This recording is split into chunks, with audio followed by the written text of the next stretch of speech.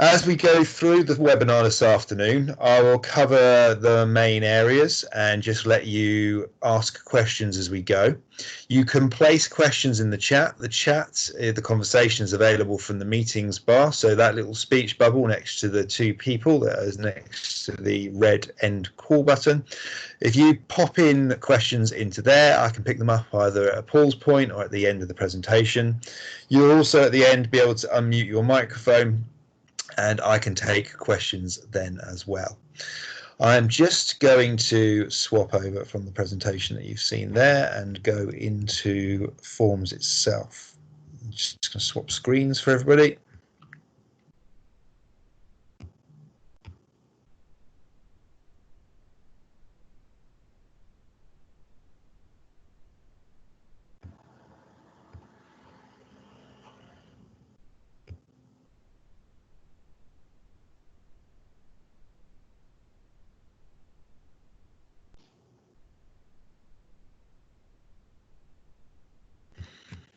Okay, you should now be able to see the Microsoft Forms landing page. If you're wondering how to get from to Microsoft Forms, most schools have got the Office 365 landing page as their initial point, and if not, they've configured it to be Outlook if you're using Outlook Online. You can easily get to Microsoft Forms as one of the apps here. You can also find it in the app launcher in the corner, and there's Microsoft Forms. If it's not available in the list there, you just need to go to all apps, and then it will be listed in all apps, and you can always pin it on the front page if you wish. Once you click on it, you'll end up arriving in your forms. If you've never used it before, you won't see anything over here on the right hand side, but you'll see new form and new quiz. So just a quick bit of orientation. All the forms that you create will stack up here, and they will gradually cascade off down the bottom, and you can scroll up and down and look at all the different forms or quizzes that you've created.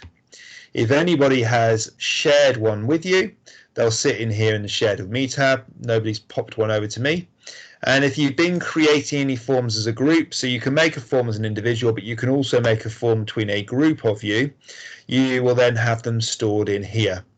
Forms don't transfer over into things like SharePoint. They end up getting converted into spreadsheets. So you have to keep your forms in your personal area and then work as groups. You can't put them in a shared cloud area such as SharePoint because they just won't work. They will convert into a different format.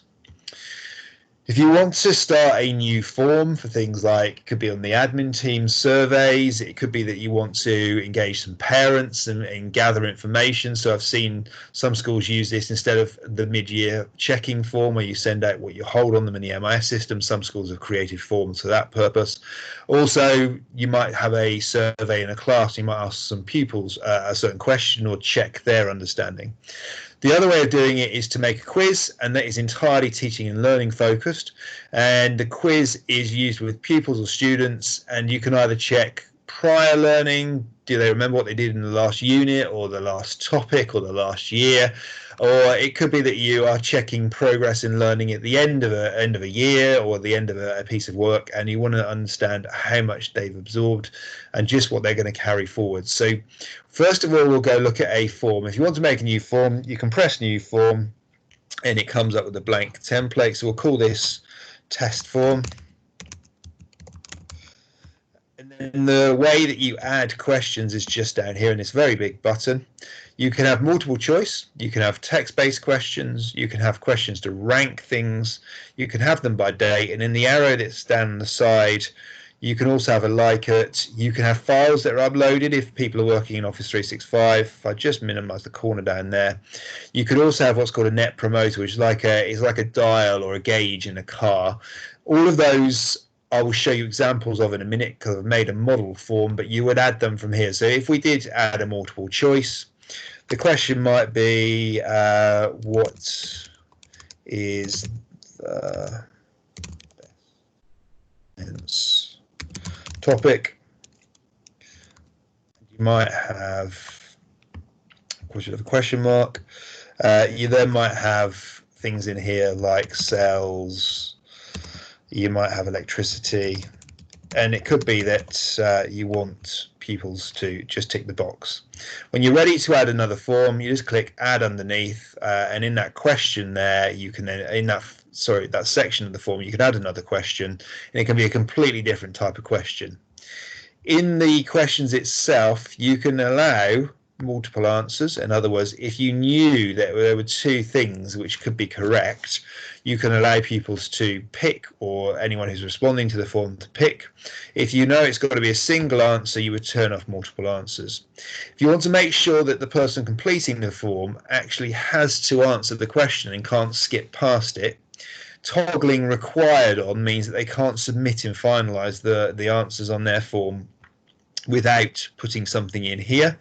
And if they tried to, they'd be reminded of that and they'd be prevented from submitting it at the end. So sometimes you require certain things to be answered, and that's how you ensure it happens. Down here, you've got shuffle options, so you can shuffle how the questions come up. It's particularly useful if you are going to be in a classroom. So there you go, I've got shuffle options on. If I had 30 pupils in a class all logging in, they were going to give me their input into this questionnaire.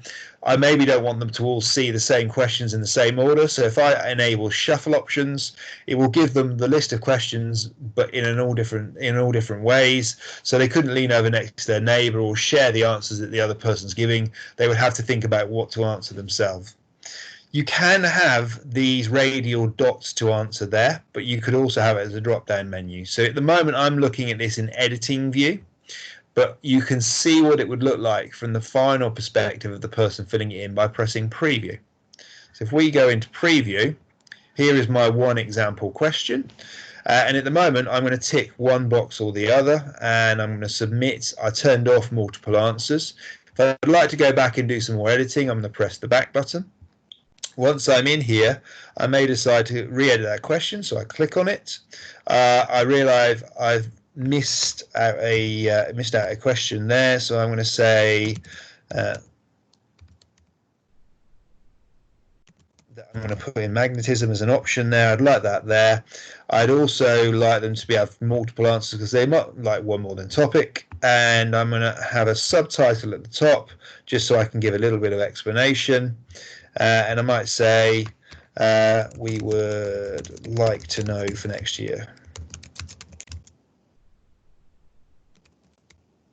So it gives a little bit of context to why you're asking them to answer that.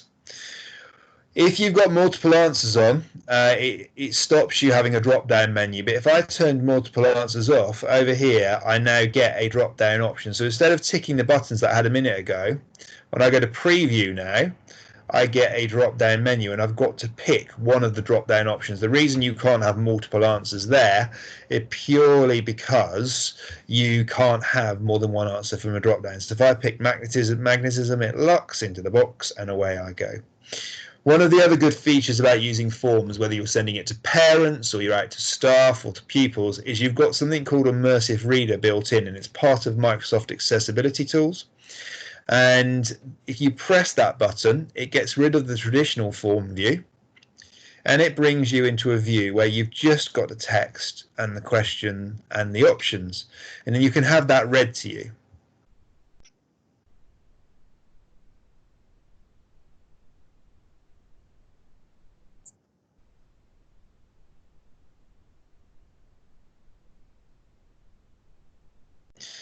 So it reads it out, and if, and I clearly can't spell magnetism, if I decided that I was going to make that suit my specific learning needs, I can then adjust things here. So the question's more accessible. I can still choose from this view. So I could make the text bigger. I might decide, look, Calibri isn't the font that I want to see these questions in. I would like to see them represented in Comic Sans because that's more child friendly. So there is the Comic Sans version. I might have a visual impairment, so therefore I need to have that background in a pale yellow color. That means I can now see it, and I can have the text formatted like the original, or I can take the text out and I can put it back again by re-enabling formatting. You can also, if you wanted to, you could highlight, if you were doing it for something like English and there were questions, you could highlight things like nouns and verbs, and those are in different colors there, but I could then have them labeled up in the text, so V for verb, N for noun. And also over in reading preferences, if it's going to be read to me and actually that's too much text on the page, I can have a narrow line focus, and I can also have picture dictionaries on. So if I click an individual word there, I can have it read to me. Or the picture dictionary would also give me a pictorial version of the word, so it helps the accessibility of the text and the question for me. Pupils can apply that, or the person using the questionnaire can apply that independently. It never affects the original, it doesn't affect anyone else's view, but it means that they get accessibility to using that form as well. Also, if you've got EAL pupils, or maybe you've got families in the area that have multiple languages and English isn't their primary language, you can go in here and you can convert the form into a different language. So you produce it once in English, and they can then convert it into an entirely different language so they can get access to it and understand what the questions are without them struggling to understand and use English. So there's lots of different options there about how to apply that form. When you're finished, just press the arrow in the top left hand corner and you come back to the normal form. And Immersive Reader is there all the way through. It's there in the title, it's over here in the subtitle, it's there in the questions. So you've got lots of different places where you can go and pick that up. At the moment, I'm viewing this in a computer view, but if you knew you had lots of people that were going to view it on a mobile device, like a tablet or a phone, you can also scale it, and then you can have a look what it would look like on a mobile phone. And Microsoft Forms automatically takes care of that when it goes out. So you don't need to worry about building it for a specific device. Microsoft will take care of that, and then it will scale on whether they're using a traditional computer or some sort of mobile device in itself. So if I come out of my example one here, and I go back to Forms, there's my test form. Here's my demo questionnaire. So you can add pictures in as well. You can also add branching in. So if you answered morning or afternoon to question 1, I've now got branching in here. So if I answered morning, I think it was from memory, if I like to earn in the morning, it will go to number 2. If I answer afternoon, it skips number 2 and it takes me directly to question 3. So you can have a different route through the questions rather than having to have this linear way of answering, and you can miss out the ones that then aren't important to a person answering based on their previous response to a question.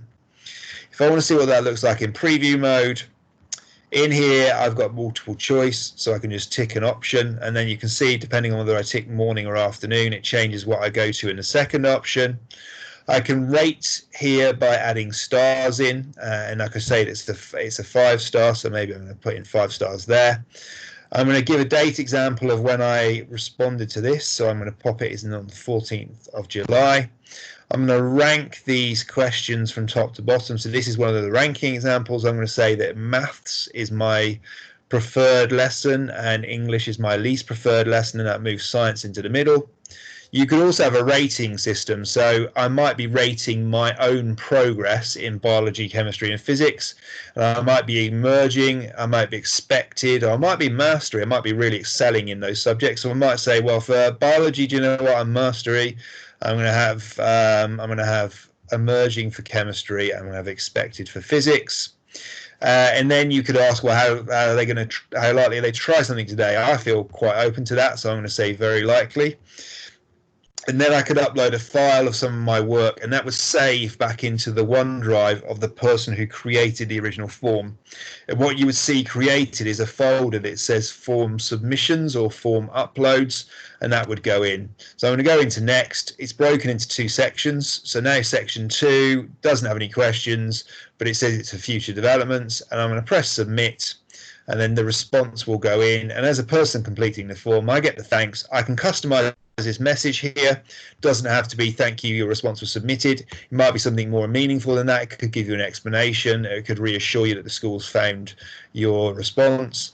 And then going over here, I've got my responses, and I can see then in here that I've got my 2 responses, which have said afternoon, and it starts to build up things like pie charts and give you a summary. So you can see all the responses in there as one, or you can view the individual results by pressing the button there. The other beauty is that you can export the data out into Excel. So if I double click that and then I opened up Excel, it would open up in an Excel spreadsheet, and you can then see all the questions that are there as columns on the spreadsheet, and all the responses are rows. You can start to then analyze that in different ways. If you want to change the way that your questionnaire looks, you've got themes on the side, so you can quite quickly apply a theme if you wanted to customize it for a particular purpose, or you can give it a color, or you can apply those pictures down there, which then just make it look more pleasing and more inviting to fill in. As far as settings go, they're on the dots on the side. If you hit settings, you can have it that only people in your organization can record, or you can then have it for people outside your organization. So you know if you're sending this out to parents, in other words, they don't have a school email address, you wouldn't want to tick people in your organization, otherwise they'll get the link and it won't work for them. Then accepting responses, you can accept open responses, or you can have a start and an end date. And when I show you the class quiz in a minute, I've put a start and an end date on there because I'd be using it with my classroom. You can also have multilingual in there, so you can have that you've got English as the primary language, but you could have other options to convert it into different languages. So I've decided to add French, German and Polish. And then when they come to complete that, if I go back to preview, up here at the top, there's the drop down button. I can convert it into French, and I can convert it into Dutch and so forth. So therefore you've got various different ways to view it as a end user, and you can choose when you're sending it out the multilingual options that are there. The last options to show you are the share terms. So you can share a link, and that means that you have this link option here highlighted in dark color.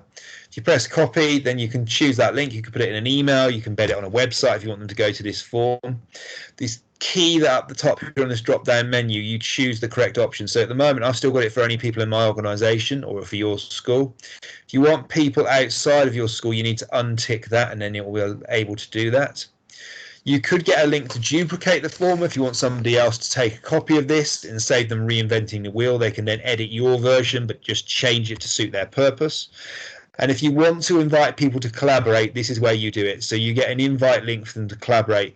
Only use that link if you want somebody to get into the editing view. If you send that out by mistake to parents, they will be able to change your questionnaire, edit it and delete it. So make sure that you use the copy link up the top here to send externally, and you only ever use the edit link to send to other colleagues in school.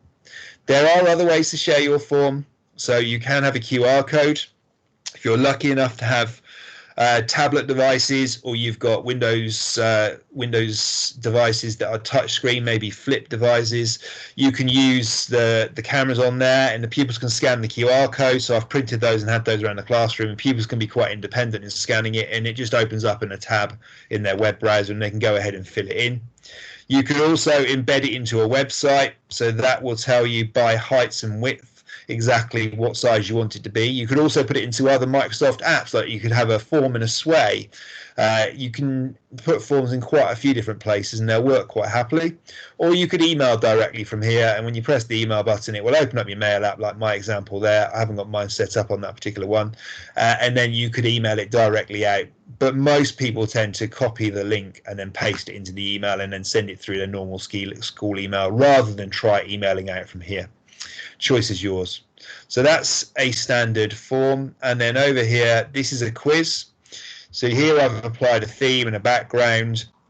I'm telling the pupils that are doing this quiz there's 4 points available. I'm being generous to you. I've given them a description. It's a STEM class quiz. And they might, first of all, because it's STEM, it's going to have several different subjects in there. So we might be adding angles in there. If I click this question here, one thing that you can do differently in a quiz is you can signify where the correct answer is. So if you apply the correct answer tick next to the one that is right, then when it comes to mark it for them, it will tell them whether they were correct or incorrect, and then they could be independent in going away and seeking some sort of resource to help them improve their knowledge, or you might redirect them to another activity. But it means that you haven't got to mark these forms. These forms are self-marking, so you've got it there and it's all sorted out. If you want to then add branching in here, so they went to a different question, you can do that in there. And also, if I was going to shuffle these questions in here so they didn't all get the same questions in the same order, that's where the shuffle options are, just in that same place. If you want to change the correct answer, you just untick it from there and you'd retick the next one. So that's where you change and add the correct answer. As I've said before, you can add pictures in, so the question doesn't have to be text-based. It could be pictorial, and then you ask a question about it. It could be your diagram, such as a picture of a clock face, and your questions down the bottom are which time is displayed in the clock face. There's lots of different ways to going about it.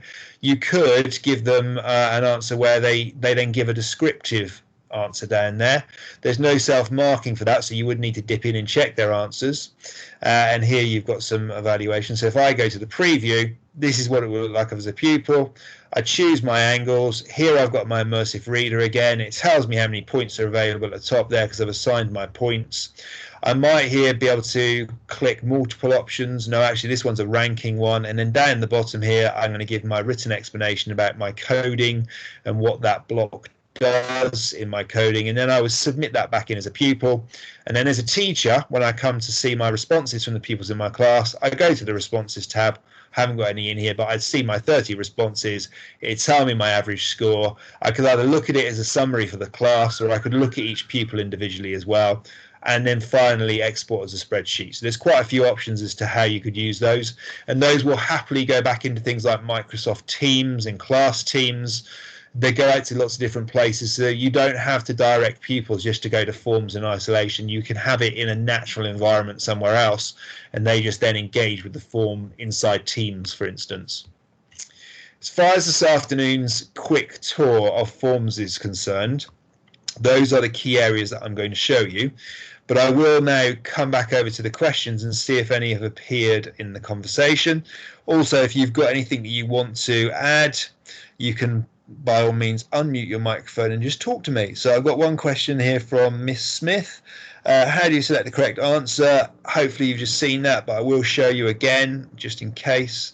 Go into the quiz. I'm in the edit mode here, so I go into my question. I just untick that one, and if I wanted this one to be the correct one, I could tick that as the correct answer. If I realise I selected the wrong thing as a teacher, I can retick it up there. If I'd got the wrong answer entirely, I could always delete that answer and add another one in by adding the option down there. So there's lots of different ways you can do that, but you signify the correct answer there. If you enable multiple answers, you can then select more than one correct answer, but if you've got multiple answers disabled, it's only one correct answer. Can a quiz be created and shared onto Google Classroom? No, you would use Google Forms for Google Classroom. You use Microsoft Forms for Teams. So the Google equivalent of this I covered last Thursday, and you would definitely you'd pick your Forms platform depending on whether your school has G Suite or whether your school has Office 365. Will they need Microsoft Teams? They don't have to. You could just put this forms link in anywhere, or you could just email it to them. You could pop it into a Word document. They don't have to have Google Classroom. So sorry, you don't have to have Microsoft Teams. So if you haven't got Microsoft Teams set up, it's not the end of the world, but it's more of a natural place if you're teaching them in Teams to put it into posts. They could pick it up from there, or you could set it as an assignment for homework, or you could put it in OneNote class notebook, and all the Teams content we've covered in previous webinars. So if you need to do that, you can dip back into that on the Turn It On portal. Any other questions in the chat, or anybody wants to unmute a mic and ask me a question?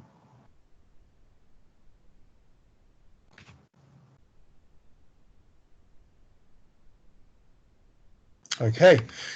Well, I will say a big thank you for coming along this afternoon, and it's always good to have you here and ask questions.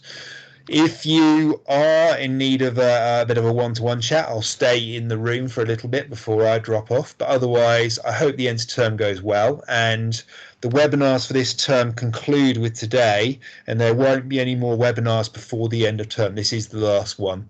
And I hope you enjoy the summer holidays. Thank you, everyone, and goodbye.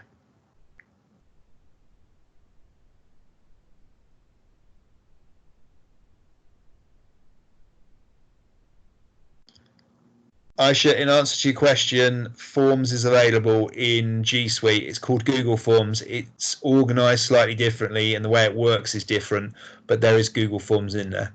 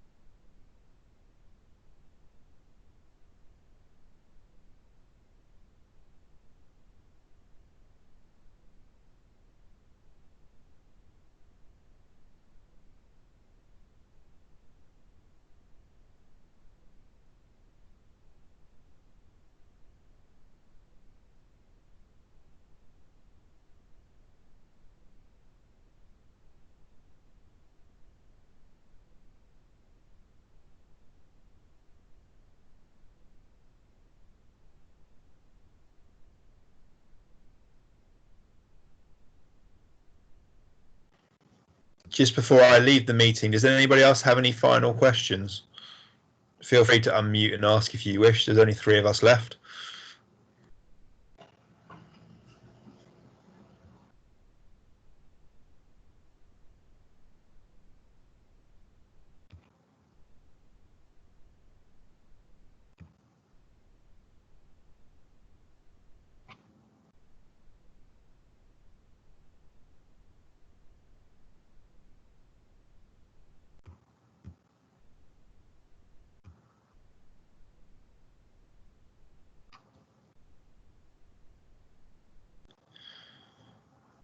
Okay, just before I leave, Dorothy, I just want to check you've got everything you need. Anything else before I head out?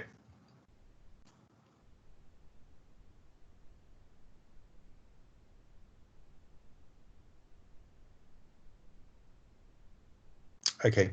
Thank you for coming along this afternoon, Dorothy. I will see you soon.